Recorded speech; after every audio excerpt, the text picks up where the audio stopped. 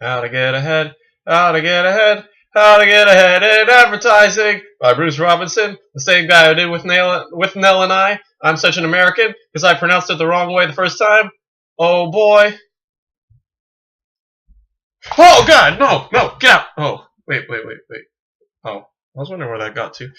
Hello there, Nate Jackson, Criterion Collection Reviewer Guy with number 120, How to Get Ahead in Advertising by Bruce Robinson, starring Richard E. Grant. Yet again, the great intelligence just can't stay away from movies. Anyway, yeah, I don't know what to make of this one compared to Withnell and I. I mean, that one was easy, and that one was a lot more fun. I think. I mean, just because this one I think is just a little sillier, and because of that, it was just hard to make anything out of it, and just the concept itself and the ending. But yeah, so 94 minutes, 1989. I think it's 88, but this says 89, of course, because this isn't Criterion and they don't know, anything. And yeah, I don't know what to make of this one, so let me give you the skinny.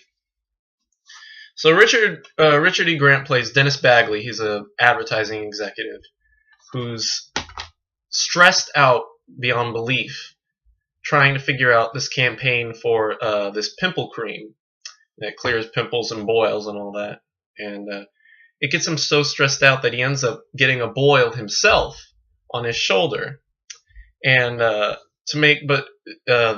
doesn't even get, that's not even the half of it. What makes matters worse is when the boil starts talking and starts sprouting a head. It has eyes and hair and a mustache, and it eventually ends up taking over like his wife can hear the boil too, and so she ends up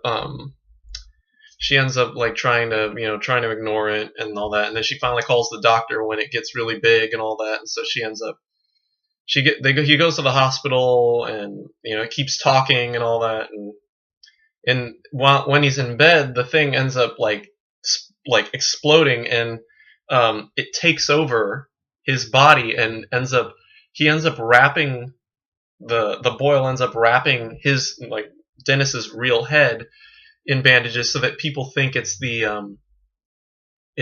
boil, even though they don't notice the switch from the boil switch sides, and the fact that Dennis is within seconds grown a mustache, because it was only seconds ago when the nurse was in.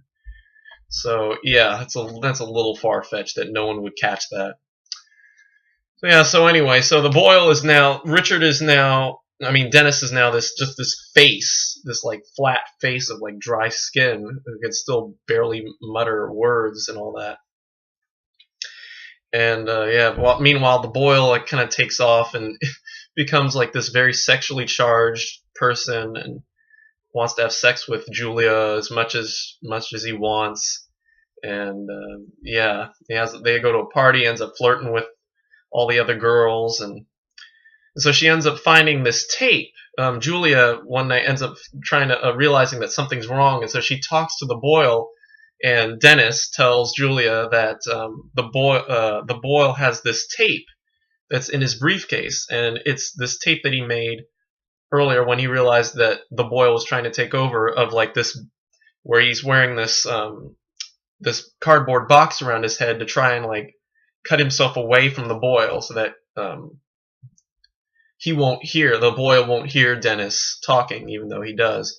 So anyway, the boil catches Julia watching the tape, and she realizes that that he's taken over, and so she leaves Dennis, and the boil ends up taking over.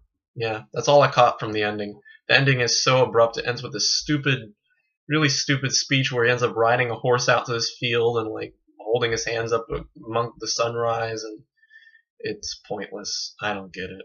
I really don't get it at all. The things I do for you people. I bought this thing for $8. Well, maybe I'll get $2 for it when I sell it. Because yeah, Bruce Robinson did not have a winner with this one. I mean, Withnell and I is a brilliant movie, but this one just a little farcical. I like seeing Tony Slattery, somebody from Whose Line, And of course, Richard Grant's a great actor, but yeah, the storyline just I need a happy ending. I need an ending. I need an ending that makes sense, where all solutions are everything is like just makes sense to me, and it didn't make sense to me. It seemed like nobody else is gonna nobody else is gonna notice the fact that he's acting weirdly or all that. But whatever. I guess that's the point. I think that a lot of this movie is based on the concept of selling people anything or trying to find a way to sell people anything. So maybe that's where I lost it. But how can you blame me?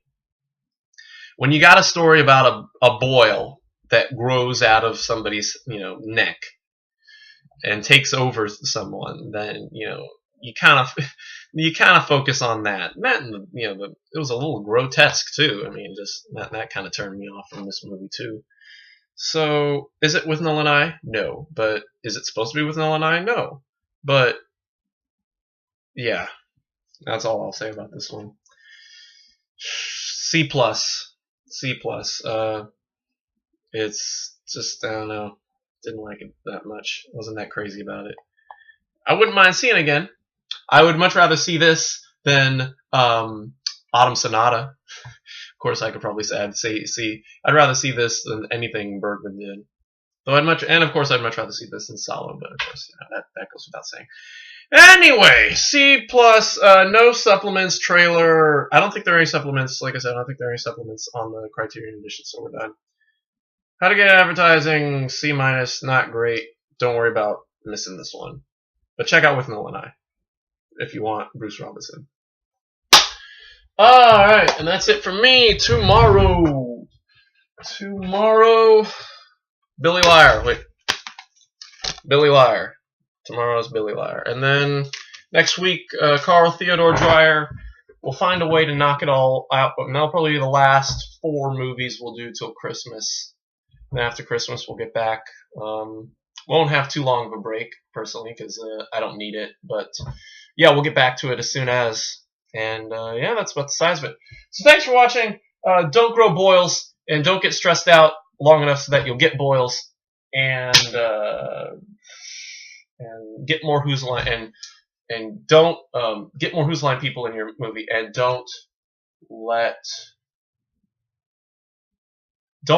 people sing really crappy My Generation covers, really crappy 80s My Generation covers. Don't let them do that. Anyway, thanks for watching, and we'll see you tomorrow for Billy Liar. Goodbye.